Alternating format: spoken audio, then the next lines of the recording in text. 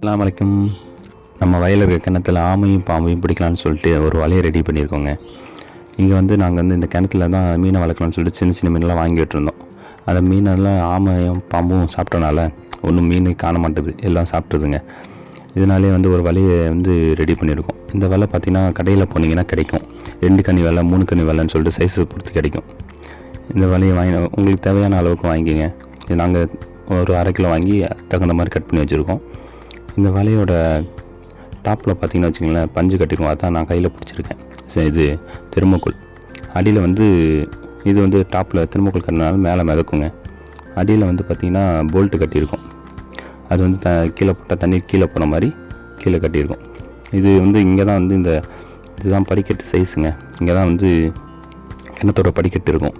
இந்த படிக்கட்டில் தான் ஆமை வந்து அடிக்கடி வரனால ஆமையும் பாம்பும் இங்கே தான் வந்து கீழே உட்காரும்.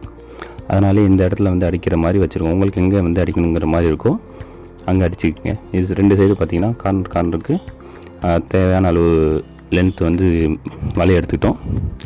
அதில் பார்த்திங்கன்னா அந்த வலைக்கு கார்னரில் வந்து முளைக்குச்சி அடிச்சுக்கிட்டோங்க.